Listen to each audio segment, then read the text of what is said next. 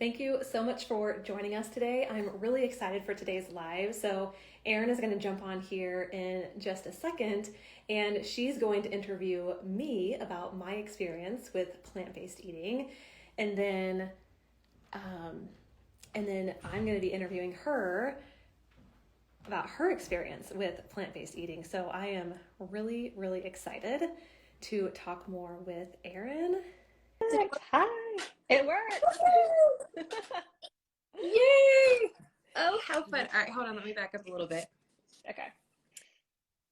Hello, Instagram world. This is my first time doing a live, so I told Ashley to be in the driver's seat so I can figure out how to join things. So I am very excited. All right, Ashley, can I just dive in? Because I have like 1,000 things that I want to ask Yes, you. let's do it. Okay. Yep. You grew up on a cattle farm. A cattle farm. Okay, which resonates with me because my mother grew up on a dairy farm. So I'm like deep into dairy. My grandfather was a milkman. My great grandfather was a milkman. And so, just a little backstory. If you're kind of tuning in, whether you're my follower or you're one of Ashley's followers, and you're like, who is this girl?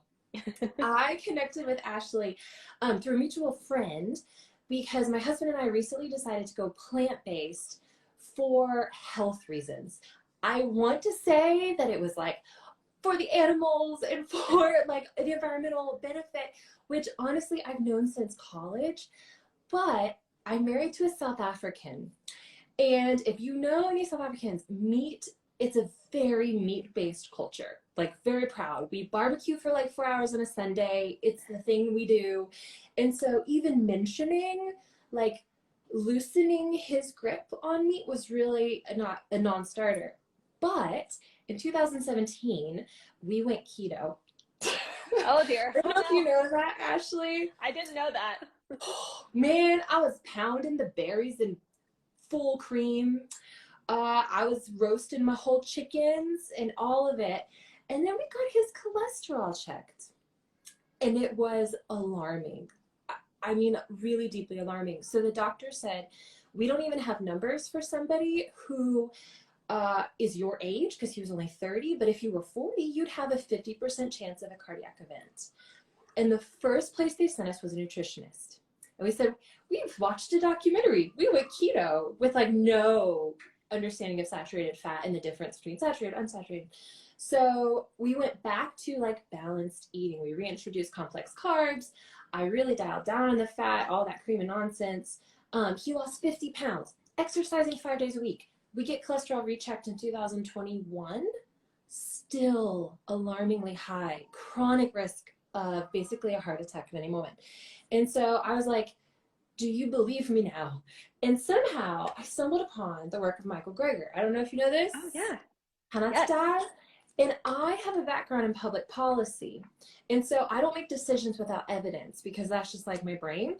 And Yep. so when I read him and his 5,000 citations, I was like, yo, I can not only prevent my husband from having a heart attack, I can actually reverse any damage that's been done by going plant-based.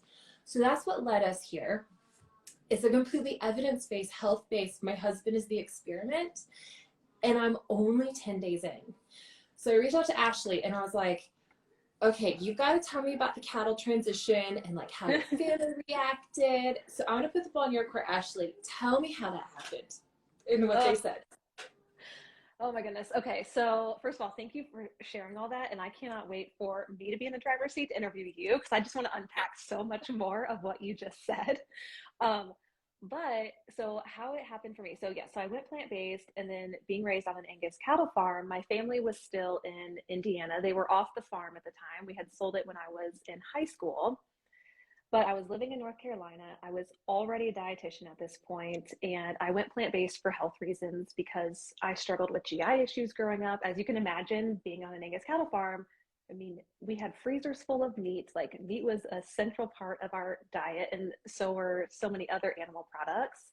And I suffered from chronic constipation growing up. I felt miserable a big part of my life, and I actually didn't really know it until I went plant-based. So that's kind of a little bit of a background on that transition and why it happened. But in telling my family was definitely shocked. They were totally on board with me becoming a dietitian. I was born with the last name of Kitchens, and so it was like part of like my, you know, my destiny. But becoming plant-based was definitely like not on the table. I mean, we didn't know any vegetarians, definitely didn't know any vegans. I had never heard of the term plant-based until I started researching it. And again, this was after, I feel I always need to preface this. This was after becoming a dietitian. And so I told my family, like, hey, this is the way that the way that I'm starting to eat, just because it's making me feel so much better than the way that I was eating, the way that I was raised. And my family, thankfully, was really, really receptive. But I think the hardest part for them was like, what the heck do you eat? Because you come home for holidays, I don't know what to cook for you. And so that was definitely a big transition, was like basically helping them help me when I came home so that we could all sit down and have a holiday meal or a family meal together. Because in most cultures, that's a big part of getting together with family is food and having, you know, these delicious meals. So helping them help me, I think, was the biggest part. So I have a question because you became plant-based after going through all of the training to be a dietitian. So my big question is, how did they not cover this? Like this is the best. It's not even a secret. The evidence is like undeniable. What were they telling you in school that not all the dietitians were becoming plant-based? A lot to say there. So I went to an incredible school. I learned a lot. I got a great education. But I will say the only thing I remember learning about, and it was vegan was the term. It wasn't Mm. plant-based wasn't a terminology that we had used. And again, this was back in like 2009, 2010, 2011. And I remember the one thing that I remember from people who ate plants or who were vegetarian or vegan is that, oh, they need to eat B12 or they need to make sure they're supplementing with B12. That Mm. is literally the only thing that I remember. And so when I embarked on this plant-based journey, yes, I had like the nutrition training under my belt, but for the most part, it was such a foreign way for me to eat. I was so unfamiliar with it. Mm. So a lot of what we learned in school was how to treat or manage diseases with nutrition. And we learned so much more. We learned a lot about policy and just how, you know, how things are basically, how laws are made and all these rules and different things. So it was very comprehensive, but plant-based eating was literally like a few pages of lectures in, you know, years of lectures. Wow, that is Yeah. crazy.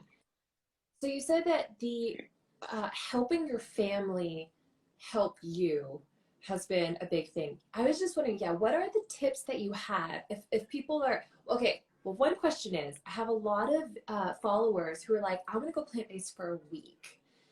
Do you recommend doing that, or is that almost like too much of a shock to the system to like take away all the meat and then with the plan of putting it all back again? Or what are your thoughts?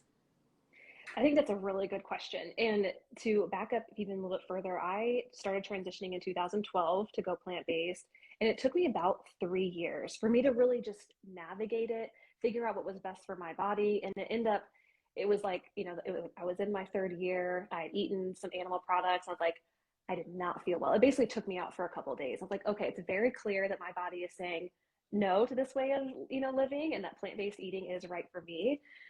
But when it comes to trying it out for a week, part of me is like, why not? Like, if you're interested in trying it, go for it. I'm a big encourager of whatever you feel like is best for you, give it a try.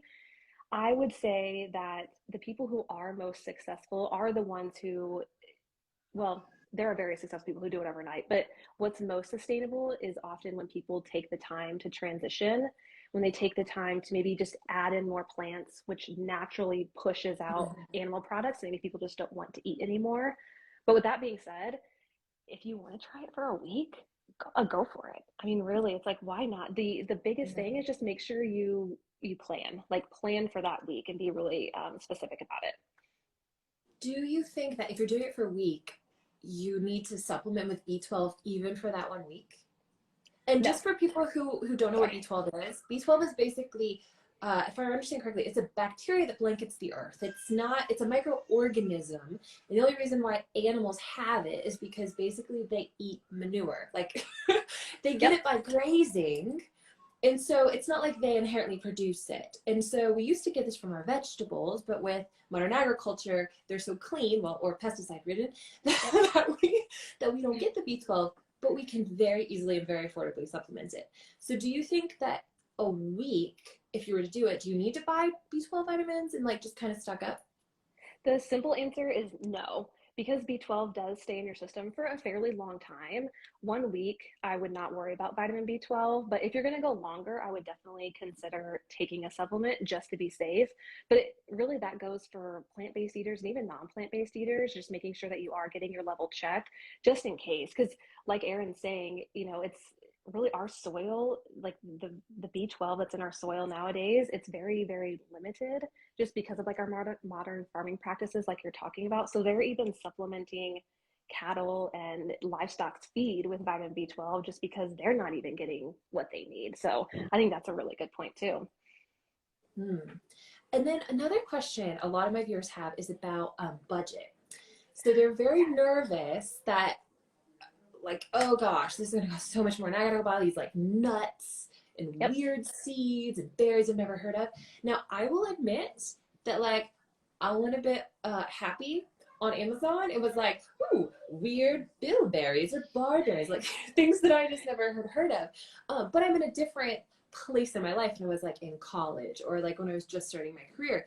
So depending on what stage you are on your plant-based journey, affordability can be a real concern. I have found that the money I was spending on meat and dairy, I've been able to redirect to organic produce without feeling Yeah. like much of a pinch. But just, do you have like a number? Like, what does it take to feed your family? I do have a number. So there's just two of us, me and my partner, and we budget for about $100 per week, 100 US dollars per week. And I'll say, Erin, that's usually the top end. Sometimes we spend $50 or less, just depending on what we have stocked, how recently we went to Costco, which we like to do, or how recently we maybe stocked up on some bulk items off of Amazon. But it can be incredibly affordable. But what I would say has helped me the most with keep my budget low, because there are sometimes, Erin, where I don't really plan and I just kind of go to the grocery store with like a list that's not super detailed, and I end up spending way more than $100, which I do not like to do. So getting it below $100, sometimes even $50 is definitely attainable. It just requires some strategic planning. But a lot of these foods are really, really affordable. Things like oats and beans and lentils and bananas. And I always say water because it's free. So, Mhm. Okay, that's really encouraging. Yeah, I think yeah. we're right now, we average about 150 for a family of four per week. I've got a 3-year old and a 1-year old, but the 1-year old's weaned, so she's eating. Yeah. And that's all organic, and that's also buying from a local produce box, mostly to reduce like single-use plastic. Because in the UK, I can fill half of a trash can full of just the plastic that my vegetables are wrapped in. And Oh, after wow. like Yeah. so many of that, I was like, do we have to wrap 2 avocados in cardboard and plastic? Yeah. So I did the produce box just because I like my conscience couldn't take it anymore. So but I can't eat out as a vegan as easily. So I've also Yeah. redirected that money to my grocery budget. Yes. Um, but I see that we're like at 8:14, and we want to be sure to save these clips in parts on our feed so that you guys can come back and revisit them. So let's put a pin in it, and we're going to actually revisit this conversation in like a week or two and kind of Yeah. check in and dig more about like what does it feel like in my body now that I don't have meat and dairy inside of me, because Yes. interesting things happen, mostly good. Yeah. I know I cannot wait to talk to you about that and ask you all the questions. Yay! Yay. Awesome. Thank you so, so much, Ashley. This has been so informative, and I can't wait to talk more. Same, Erin. Thanks for being here. See y'all. Thanks. Bye.